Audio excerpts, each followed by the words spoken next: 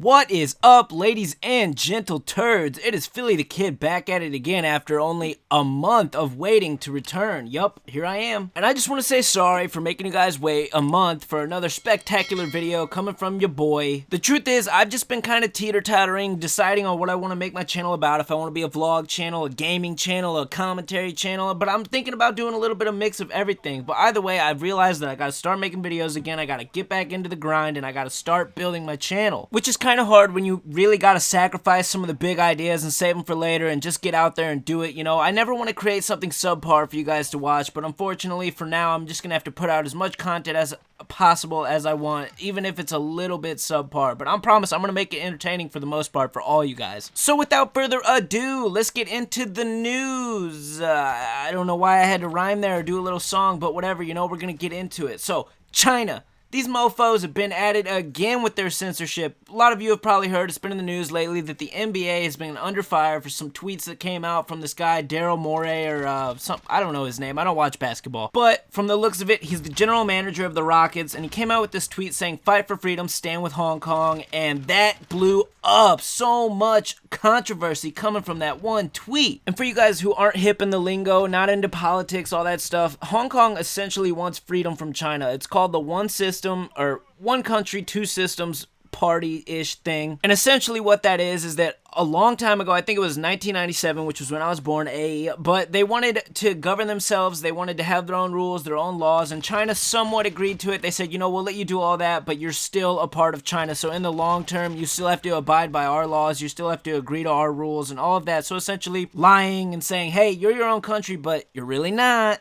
So 2019 comes around, and Hong Kong has had enough of it. Well, okay, it probably started way before 2019, but this is when it's really picking up news in the mainstream. So they've had enough of it. They've started a riot. You've probably seen some of the clashes online. They really want to be independent. They don't want nothing to do with China. I mean, who wants to be involved with a country that harasses their people, murders their people, censors their people, controls their currency? You know, I think it's their right to have this opinion. And China is having none of it. They're basically giving them the finger, saying, fuck you, you cannot leave our country, we control you. And Hong Kong is not having it either. They've started riots, people out in the streets, burning stuff, throwing things, fucking killing people. No, I don't know if it's gotten that far, but pretty much that's what's gonna happen. The Chinese government has sent the military in to control it. And that is essentially where his tweet comes from, saying stand with Hong Kong, because I mean, you know what, it's right to stand with Hong Kong. They deserve this. They don't deserve to be treated like this by China. But nevertheless, it seems that the NBA is kneeling down and putting China's tiny rock-hard ding-a-ling in their mouths, trying to save whatever they had going with the NBA, and that's where this clip comes from. Yeah, we apologize.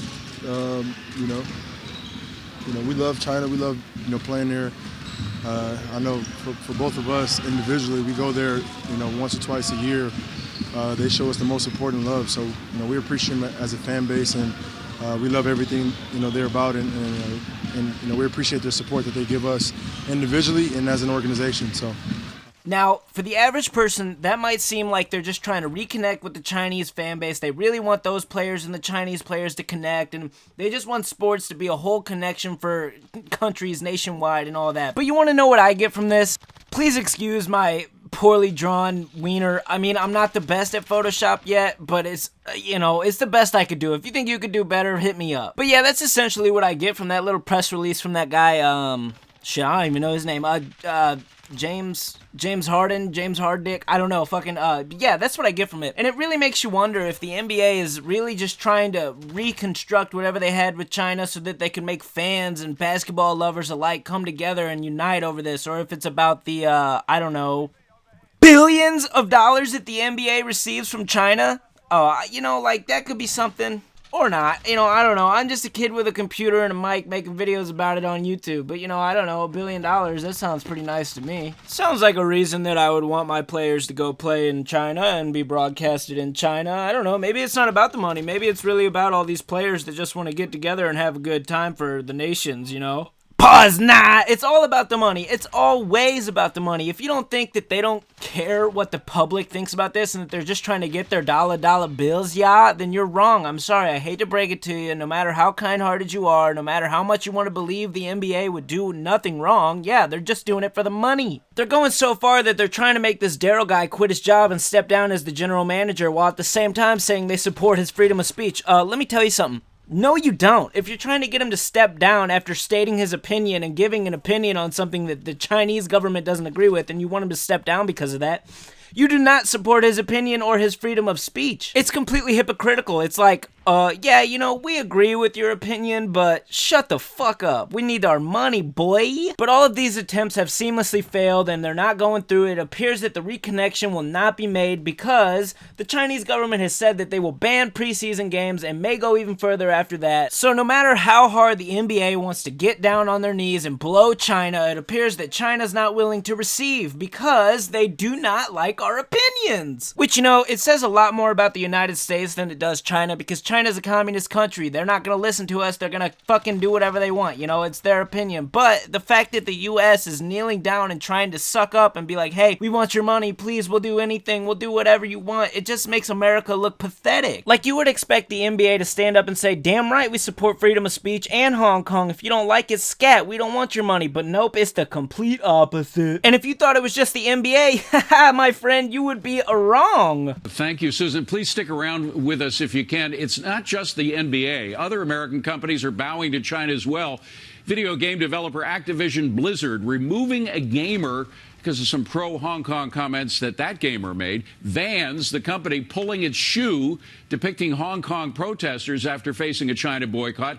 And even Tiffany's removing an ad that offended Chinese customers. So should these companies ignore Chinese attempts at censorship? Let me answer that really quickly for you. Yes, we definitely should. I mean, we're America, for God's sakes, the so-called best country in the world. Why are we kneeling down to the Chinese government? It doesn't make any sense to me. But taking a step back, we're gonna look at the Hearthstone player. This is a kid who was playing in the Grandmasters tournament for Hearthstone, wearing a gas mask, and he said, "Liberate Hong Kong, revolution of our age." And Blizzard bans him for a year and rescinds his prize winnings. He gets none of that money for playing in that tournament. It's complete bullshit, man. And in a response to the backlash he received, he says, "There are serious protests in my country. I put so much effort in that social movement in the past few months that sometimes I couldn't focus on preparing my Grandmasters match. I know what my action on stream means. It could cause me a lot of trouble, even my personal safety in real life, but I think it's my duty to say something." And he has every right to stand up for something that he believes in. And this kid is a hero in his country. And the immense backlash this received, Hearthstone's response is, Blitzchung, which is his gamer tag,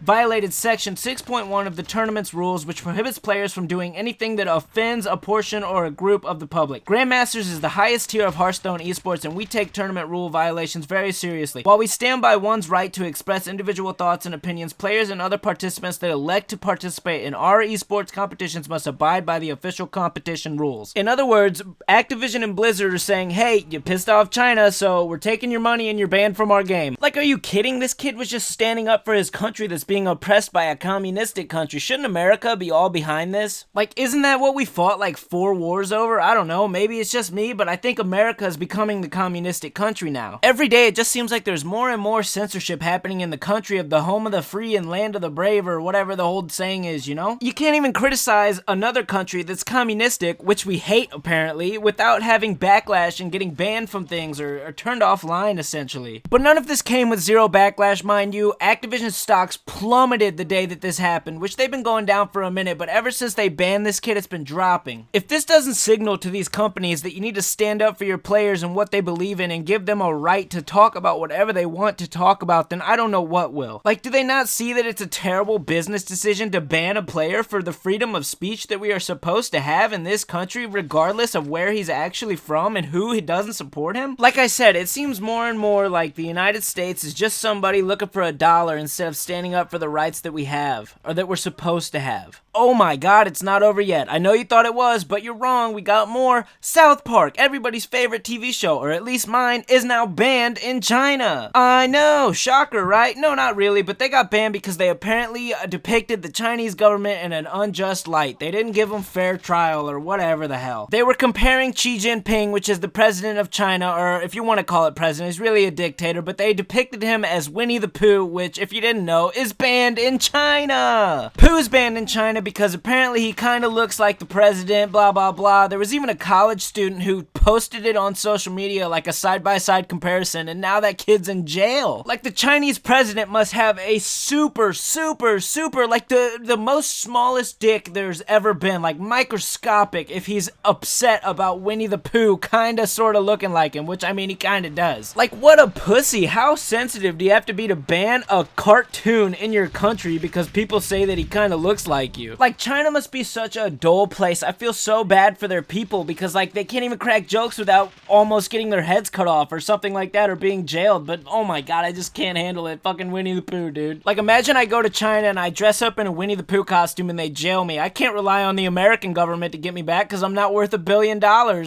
But that's gonna do it for this video, guys. I hope you enjoyed. Please do me a huge favor and smash the fucking like button. I need those likes, man. I need them right now. And do me an also huge favor and hit the subscribe button with the bell so you never miss a video. All right, later.